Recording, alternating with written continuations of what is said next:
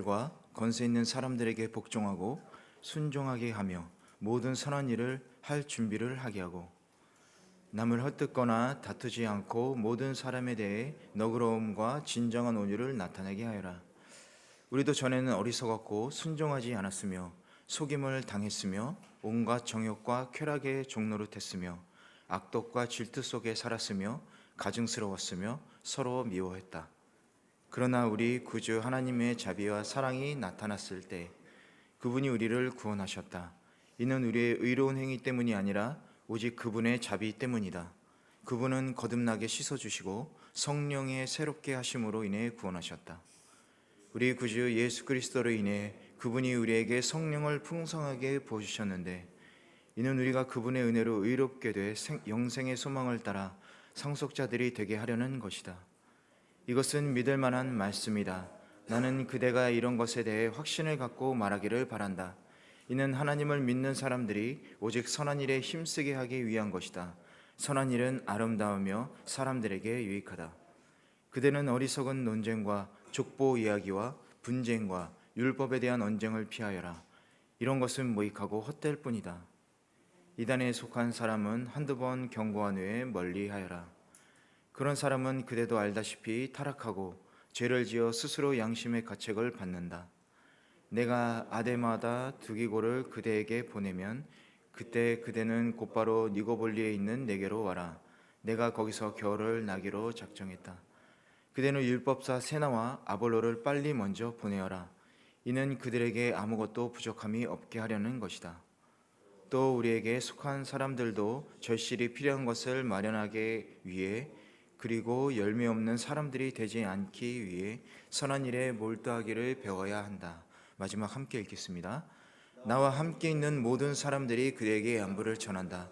그대도 믿음 안에서 우리를 사랑하는 사람들에게 안부를 전하여라. 은혜가 그대에게 있기를 빈다. 아멘. 어제까지의 2장의 말씀은 교회 내의 다양한 구성원들에 대한 목회자의 신앙생활 지도 그리고 성도들이 선한 삶을 살아야 할 근거와 이유에 대해서 제시하고 있다면 오늘 3장 말씀은 하늘의 시민인 성도들의 일반 사회생활을 위한 지침에 대해서 알려주고 있습니다. 또한 바울은 자신의 선교 일정에 대해 간략히 언급한 후에 디도에게 그레데 교인들과 더불어 자신의 동역자들을 돌봐줄 것을 부탁하면서 이렇게 동역자들을 돕는 일을 성도가 맺어야 할 합당한 열매라고 강조하고 있습니다. 복음의 진리를 거스르지 않는 것으로 그치지 않고 더 나아가 하나님께서 기뻐하시고 또 원하시는 아름다운 열매를 맺는 성도가 되어야 함을 강조하고 있는 것이죠. 오늘 말씀 요약 부분 빼먹었는데 우리 한번 읽고 시작하겠습니다. 오늘 말씀 요약을 한번 읽어보겠습니다.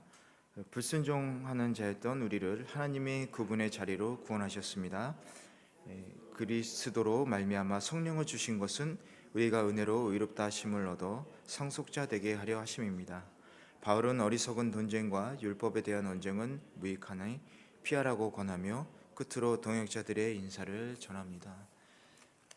먼저 오늘 말씀을 통해서 우리가 배울 수 있는 사실은 기도로 선한 일을 준비해야 한다라는 것입니다. 먼저 우리는 기도로 선한 일을 준비해야 한다라는 것입니다. 1절과 2절 말씀을 한번 같이 읽어보도록 하겠습니다. 시작.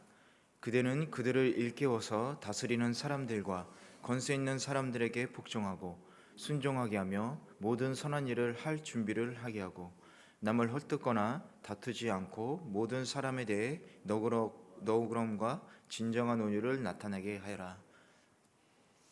바울은 선한 사회생활을 하기 위한 지침을 제시하고 있습니다. 성도들로 하여금 세상 권세 있는 자들에게 복종하여 언제든지 기꺼이 선한 의무를 다하는 자들이 되도록 교훈하고 또 나아가 아무도 비방하거나 다투지 말며 또 너그러움과 또 온유의 자세를 모든 사람에게 나타내도록 교훈하라고 말하고 있습니다.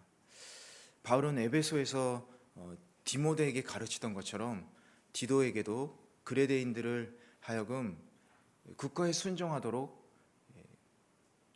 가르치고 있는 것입니다. 그것이 바로 하나님께서 나라에게 주신 그 권위와 또 권세라는 것을 바울은 누구보다도 잘 알고 있었기 때문에 그렇습니다. 나라의 그 권세 또 나라에 주어진 의무를 행하고 지키는 것이 바로 하나님께서 그 나라에게 주신 주권을 지키는 것, 바로 하나님의 그 명령과 권위를 지키는 것이 된다는 것을 바울은 알고 있었던 것이죠. 예수님 또한 율법학자나 또 바리새인들의 위선과 부패에 대해서는 책망하셨죠. 하지만 성전 제도나 또 성전에서 행하는 제사장들의 권위만큼은 누구보다도 존중하셨죠. 그리고 로마의 권력 또한 예수님도 인정하셨습니다. 그렇기 때문에 성도인 저와 여러분들은 국가의 권력에 따라가야 한다는 것이죠. 국가의 권력은 하나님께서 주시고 인정하신 것이기 때문에 그렇습니다. 국가가 부정하고 부패했더라도 성도인 우리는 먼저 나라의 그 지침에 따라야 한다는 것입니다. 납세의 의무를 다해야 되겠고 또 투표를 통해서도 정치적 의무를 우리가 표시하는 것이 중요합니다. 왜냐하면 우리가 국민의 의무를 다하는 것이 하나님의 주권에 대한 의무를 다하는 것이기 때문에 그렇습니다. 세상 사람들이 탈세하고 의무를 소홀히 한다고 해서 우리가 그들을 따라갈 필요가 없는 것입니다. 그런데 대부분 나라에 대한 의무를 소홀히 하시는 분들이 나라에 대한 불만도 많이 가지고 있습니다. 교회에서도 마찬가지로 교회에 대한 의무를 다 하지 않으시는 분들이 교회에 대한 불만들이 많으시죠.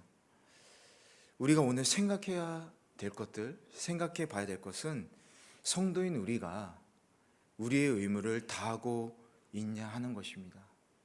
나라에 대한 의무, 또한 교회에 대한 의무를 우리가 다 하고 있는지 생각해 봐야 된다는 것이죠. 그런데 그 의무는 어떤 의무입니까? 바로 하나님께서 허락하신 권력과 권위와 의무에 대한 것이라는 거죠. 그것은 교회뿐만이 아니라 바로 사회에 있어서도 마찬가지다라는 것입니다. 아무리 나라에 대해서 의무를 다하고 책임을 지키고 열심히 살아도 돈 버는 사람들은 따로 있고 나쁜 사람들이 더 잘 살고 있지 않습니까? 그런데 그런 것들이 무슨 의미가 있을까요? 이렇게 생각하시는 분들이 있죠. 그러니까 성도인 저와 여러분들은 나라를 위해서 먼저 기도를 해야 되는 것이죠. 주인의식을 가지고 기도를 해야 됩니다. 흥하기도 하시고 망하기도 하시는 분이 주님이라면 우리가 더 나라와 민족을 위해서 세상의 정의를 위해서 열심히 기도를 해야 하지 않을까요? 혹시 결과가 좋지 않더라도 진심으로 우리가 기도했다면 하나님 하시는 일에 참견하지 않게 되지 않을까요? 방관하라는 얘기가 아닙니다. 하나님 하시는 일을 위해서 기도해야 된다는 것이죠. 제가 중고등학교 시절에 신앙생활 하던 교회가 다 성도들이 떠나고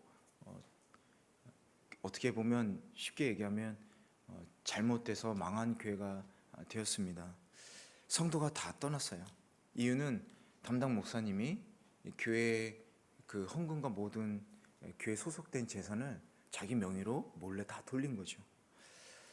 친구들은 교회와 그 담당 목사님을 심하게 책망하고 욕했습니다. 술 마시면서. 저는 술을 안 마셨지만 자리에 함께 동석을 했었습니다. 친구들이 너무 화가 나서 얘기를 하지는 못했지만 저는 친구들이 불쌍하다는 생각이 들었습니다.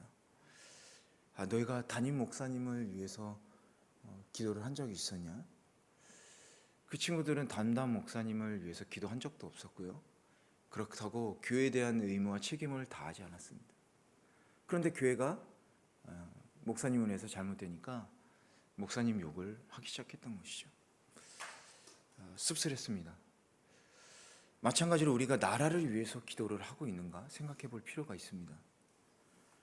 성도가 세상 사는데 지켜야 할 의무는요, 납세, 교육, 국방, 선거 이런 의무만 있는 게 아니라 나라를 위해서 기도하는 의무가 또 추가되는 겁니다.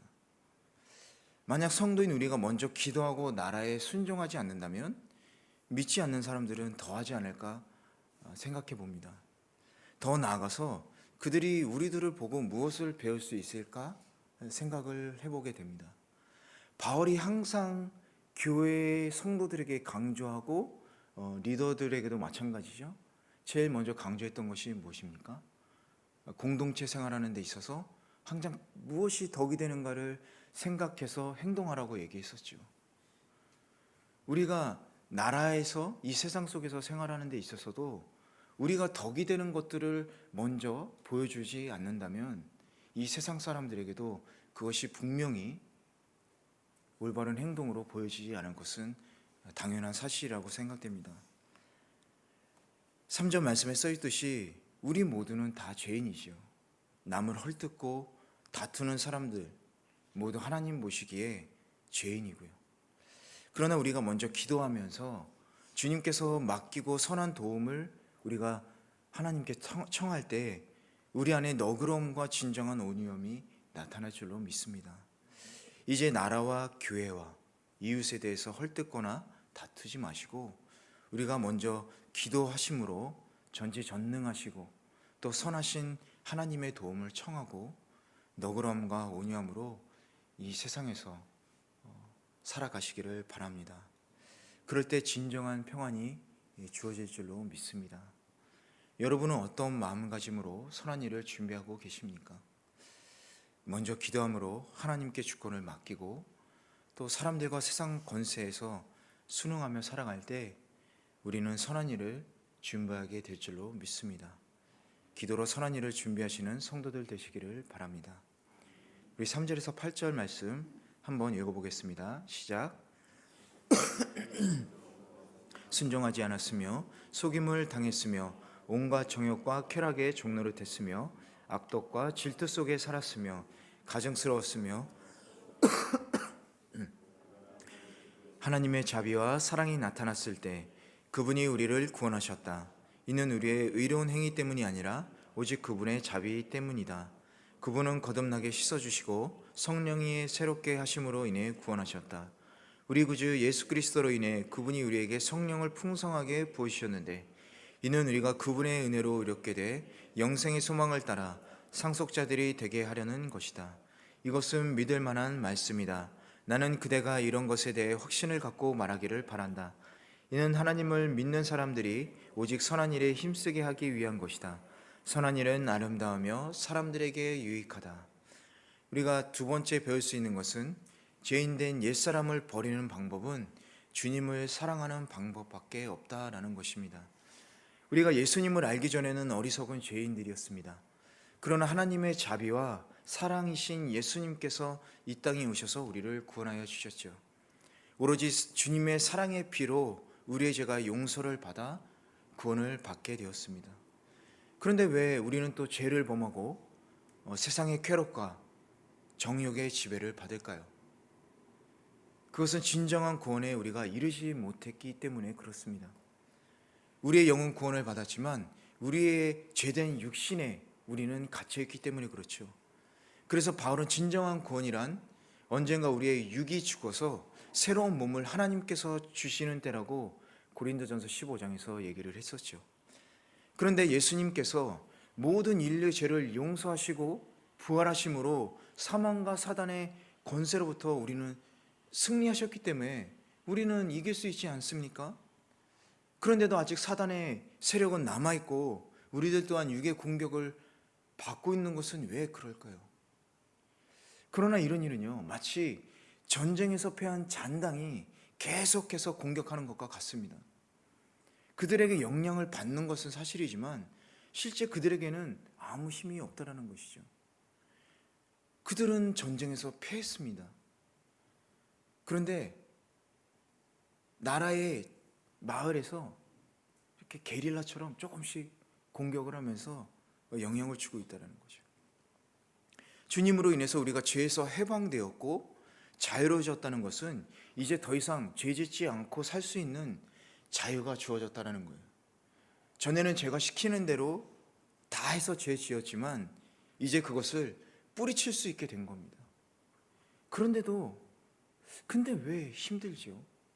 술도 마시고 싶고요, 담배도 피고 싶고, 사람들과 싸우고 싶고, 그런 성인물 영화도 보고 싶고 안 좋은 거는 아는데 억지로 이렇게 지켜나가다 보니까 죄책감만 더 들고. 왜 그럴까요? 결국 우리는 죄에서 패한 거 아닙니까? 아닙니다. 우리의 힘과 의지로 해야 되니까 죄와 멀어지지 못하고 말씀대로 살 수 없게 되는 거죠.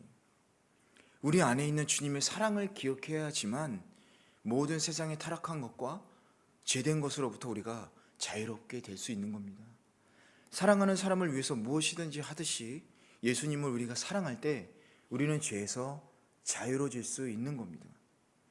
예수님을 사랑하면 그 말씀이 율법적으로 정죄하는 것처럼 들리지 않고 사랑하는 사람이 타이르듯이 부드럽게 들리게 되거든요.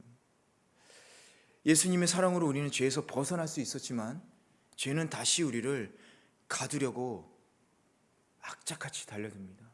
매일 매 순간 우리가 이 죄의 덫에 걸리지 않으려면요, 덫에 놓여있는 미끼보다 더 좋은 것을 생각해야 되는 겁니다. 바로 예수님의 사랑이에요. 그 사랑 안에 있을 때 그 주어지는 진정한 자유함과 따뜻함, 그리고 그 충만함을 계속해서 우리가 경험해야 하는 것이죠. 6절을 보니까 우리에게 성령을 풍성하게 부어주셨다라고 말씀하십니다. 주님은 우리를 도우시기 위해서 성령을 풍성하게 부어주시는 거예요. 성령님의 풍성함이 이 안에 채워지면 세상적인 풍성함을 우리가 이길 수 있게 되는 겁니다. 거룩한 게 들어오면 거룩하지 않은 게 다 나가게 되는 겁니다. 거룩하지 않은 게 우리를 더 지배하고 있으면 거룩한 게 밀려 나가겠죠. 하지만 거룩한 것으로 우리가 충만하게 되어지면요, 이 거룩하지 않은 것을요, 거룩한 게 밀어내게 되는 겁니다. 그런데 이 성령의 풍성함이 언제 주어지냐? 바로 주님을 사랑할 때 부어지게 되는 거예요. 주님을 사랑하지 않는데 성령님이 풍성하게 임하실 수 있을까요? 그렇지 않죠. 제가 담배는 제 의지로 끊었습니다. 세상 살 때. 그래서 독한 놈이라고 그랬어요. 그런데 제가 술은요, 성령님의 풍성함으로 끊을 수 있었습니다. 성령님이 제 안에 들어오니까요, 술을 마실 필요가 없어졌어요.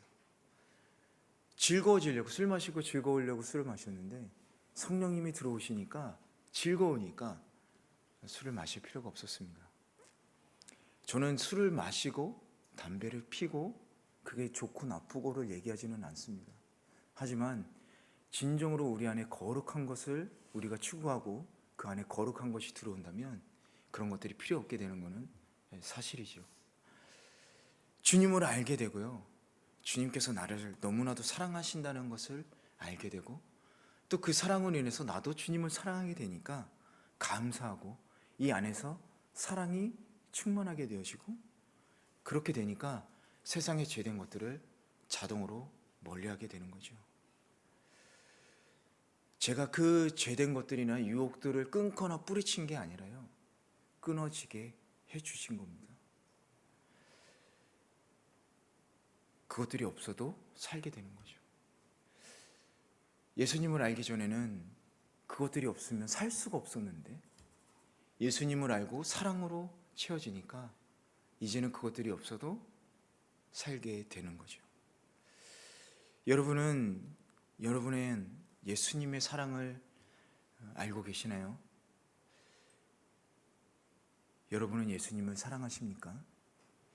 그럼 죄에서 벗어나고 죄 짓지 않는 방법도 여러분들은 아시리라 생각됩니다.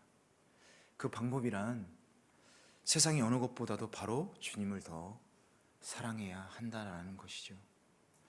주님을 사랑하는 것만이요, 죄인된 옛사람부터 벗어나는 유일한 방법입니다. 사랑하는 주님의 말씀을 듣고 우리 자신을 돌아볼 수 있기 때문에 그렇죠. 사랑하지 않는 것을 떠나서 진정으로 사랑하는 사람을 향해서 더 가까이 가게 되는 거죠. 우리의 힘으로 누군가를 사랑하는 것은 힘들지만 우리가 예수님을 사랑하고 또 사랑하기 원하는 자들에게 성령을 풍성하게 주님께서 부어주시기 때문에 우리의 사랑은 메마르지 않게 되는 것이지 않습니까? 왜냐하면 예수님의 사랑이 우리 안에 더욱 넘치기 때문에 그렇습니다. 이 시간 이전에 어리석었던 죄인의 생활을 버리고 예수님을 더욱 사랑하면서 거룩하고 성령 충만한 삶을 살겠다고 고백하시기 바랍니다. 그럴 때 주님의 은혜로 의롭게 우리가 될 수 있고 또 영생의 소망을 따라서 우리가 그 하늘에 상속된 것을 우리가 받을 수 있게 될 줄로 믿습니다. 그리고 또 우리 자신들도 새롭게 변화되어 가는 것이죠. 하늘나라의 백성으로 말입니다. 그것을 주님은 바라고 계십니다. 우리 마지막 13절, 14절 말씀을 통해서 배울 수 있는 것은 선한 일하기에 힘쓰면 열매 맺는 성도가 된다라는 것입니다. 우리 13절, 14절 한번 읽어보겠습니다. 시작. 그대는 율법사 세나와 아볼로를 빨리 먼저 보내어라. 이는 그들에게 아무것도 부족함이 없게 하려는 것이다. 또 우리에게 속한 사람들도 절실히 필요한 것을 마련하기 위해 그리고 열매 없는 사람들이 되지 않기 위해 선한 일에 몰두하기를 배워야 한다. 먼저 14절을 보면 또 우리에게 속한 사람들도 절실히 필요한 것을 마련하기 위해 그리고 열매 없는 사람들이 되지 않기 위해 선한 일에 몰두하기를 배워야 한다라고 써 있습니다. 그래도 교인들도 열매 없는 자가 되지 않으려면 선한 일에 힘쓰기를 배우고 실천해야 한다라는 것이죠. 선한 일이란 1절과 8절에도 반복적으로 나오는데 모두 같은 뜻으로 성도로서 당연히 해야 할 선한 행실을 말하고 있습니다. 앞에서 말씀드렸듯이 우리가 주님을 사랑한다면 주님의 말씀을 깊이 묵상하는 가운데서 그 말씀을 우리가 먼저 자신을 돌아보게 돼야 된다라고 얘기를 했죠. 내가 생각하는 대로 섣불리 행동하거나 하고 싶은 대로 살기보다 성도들은 먼저 하나님의 말씀에 따라 행동하고 또 그 말씀을 배워야 된다는 것이죠. 그 말씀을 통해서 말씀에 대한 깊이 있는 묵상, 자신을 돌아보는 자기 성찰, 이런 것을 통해서 성도들은 선한 행동을, 선한 행실을 할 수 있다라는 겁니다. 우리 안에 하나님의 은혜를 체험하고 자신이 죄악 가운데서 구원받은 자라는 확신이 있다라면 그 이후에는 자연스럽게 선한 삶을 살게 된다. 하나님을 위한 삶을 살게 된다는 것이죠.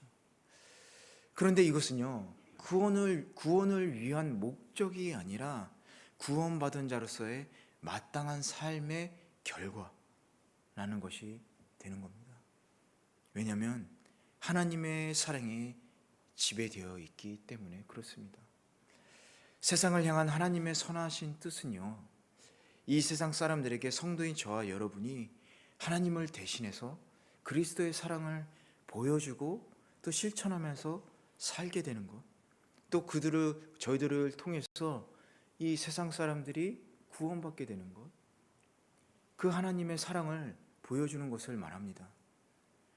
그런데 그레데 교회는요, 아직 성숙하지 못한 교회였기 때문에 이런 선한 행실이 절실하게 필요한 교회였습니다. 그래서 바울은 선한 일을 강조하고 있는 것이죠. 그런데 이 14절은요, 14절에 처음에 또라고 부사로 13절과 연결되어 있기 때문에 이 선한 일에 대해서 13절과 연결해서 생각해 볼 필요가 있습니다. 13절에 그들에게 아무것도 부족함이 없게 하려는 것이다. 그것은 그들이 여행하면서 필요한 것, 생활하면서 필요한 물질적인 것들을 말하고 있습니다. 그렇기 때문에 14절의 선한 일이라는 것은 1절과 8절과는 다르게 좀 더 넓은 의미에서 경제적인 필요를 채우는 일까지 함께 포함되어 있다라고 생각해야 된다는 것이죠. 물론 이 말씀은요, 성도가 열매 맺는 자가 되지 않기 위해서는 반드시 경제적인 공헌을 해야 한다라는 의미는 아니에요. 다만 성실하게 노동을 하고 또 가난한 사람들을 돌보고 교회 사역에 필요한 물질적인 것들을 제공하는 것도 필요하다라는 것이죠. 그것이 바로 하나님의 사역에 동참하는 거고 선한 행실이 된다라는 것입니다. 선교학에서는요, 직접 자기가 선교하지 못할 때 이런 물질적인 것으로 선교하는 분들을 도와주는 행동을 바로 간접 선교라고 얘기합니다. 직접 선교하지 못할 때 이런 도움들, 이걸 통해서 선교하는 것을 간접 선교라고 그래요. 결국 성도들에게 선한 일이라는 것은 하나님의 은혜의 말씀에 따라서 하나님의 사랑을 나타내는 것이라고 말할 수 있겠습니다. 그것이 물질적인 도움도 포함해서 말입니다. 말씀드렸듯이 선한 일이란 우리의 구원을 위한 목적이 아니라 구원받은 자가 행하면서 살아가는 삶의 결과이기 때문에 우리가 선한 일을 위해 힘쓰며 살아가는 것은 바로 성도의 삶이고, 그리고 그것이 열매 맺는 삶이 되는 것이죠. 여러분은 하나님의 사랑을 나타내고 계십니까? 그 사랑의 실천으로 선한 일 하기에 힘쓰고 계십니까? 베드로전서 2장 12절을 보면 이렇게 써 있습니다. 여러분은 이방 사람 가운데 선한 행실을 나타내십시오. 그러면 그들이 여러분을 악한 행하는 사람이라고 비방하다가 여러분의 선한 일들을 보고 하나님께서 돌아보시는 날에 하나님께 영광을 돌리게 될 것입니다. 이렇게 써 있습니다. 우리의 선한 일들을 통해서 우리들을 비방했던 사람들이, 또 믿지 않는 사람들이 하나님의 영광이 무엇인지 알게 되는 것입니다. 그것은 바로 선한 일을 행하는 우리들뿐만 아니라 믿지 않는 자들에게도 유익한 것이 되고, 우리의 선한 일을 통해서 하나님께 영광을 돌리는 일이 된다라는 것이죠. 그것이 바로 우리가 선한 일을 행함으로 얻게 되는 열매 맺는 생활을 하는 것입니다. 우리들에게 주어진 사명과 선한 일이라는 것은 세상에 나와서 하는 것이 아니라 세상으로 들어가서 행함으로 세상을 변화시키는 일을 말하고 있습니다. 그것이 바로 복음적인 신앙이고 크리스찬이 해야 될 선한 일인 것입니다. 이제 주님의 말씀에 따라 복음의 사명을 다하시고 선한 일을 이룸으로써 여러분 기쁨의 열매를 맺으시기 바랍니다. 다 함께 기도하시겠습니다. 여러분들은 어떤 일을 하기에 앞서서 먼저 기도로 준비하고 계십니까? 성도의 의무는 나라의 의무뿐만이 아니라 기도로 준비하는 데 있습니다. 우리가 철저히 기도하며 준비할 때 하나님의 주권에 온전히 순종할 수 있습니다.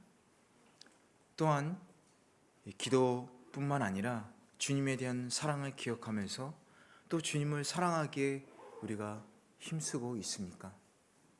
우리가 주님의 사랑을 기억하고 힘쓸 때 그 사랑으로 인해서 우리가 죄에서 멀어지는 유익을 얻게 되고, 또 우리의 그 선한 행실을 통해서 믿지 않는 자들에게도 유익을 행하는 그런 일들이 역사가 이루어지게 되는 것입니다. 이 시간 주님 앞에 기도하면서 순종하며 나아가기를 원합니다. 주님의 사랑을 간구하며 나아가기를 바랍니다. 주님 사랑으로 먼저 우리를 충만하게 해 주시옵소서. 그럴 때 성령님을 충만하게 부어주십시오. 우리 이 시간 주여 외치면서 함께 기도하시겠습니다.